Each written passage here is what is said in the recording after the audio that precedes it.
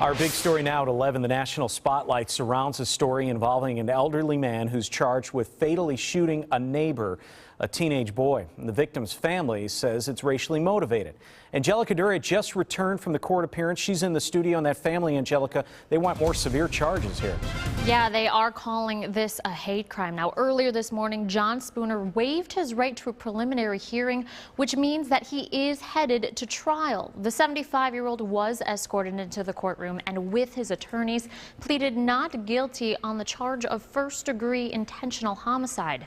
Investigators say he admitted to shooting and killing his next-door neighbor, 13-year-old Darius Simmons, on May 31st after Spooner accused the teen of stealing guns from his South Side home. According to court documents, Simmons was taking the trash out when Spooner confronted him and asked for his guns back.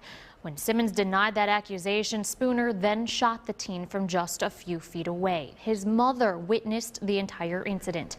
She, as well as other family members, were there in court this morning, still grieving the loss of her son.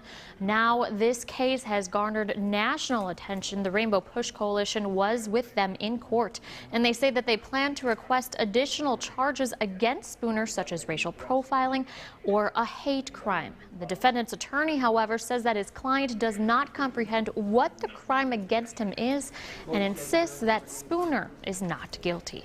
And in this case, first-degree intentional homicide requires some very specific ingredients for there to be a conviction. They're not in this case as far as I'm concerned. And it's very clear that this kind of cold, calculated, cold-blooded murder of an innocent child who was doing nothing, who was responsible for doing nothing but emptying the garbage. A part of his killing was his race, an African-American male.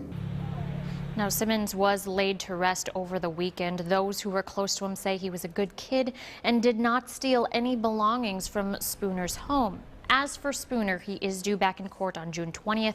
If convicted of that homicide charge, he could face the rest of his life in prison. Back to you, Sean. All right, thanks, Angelica.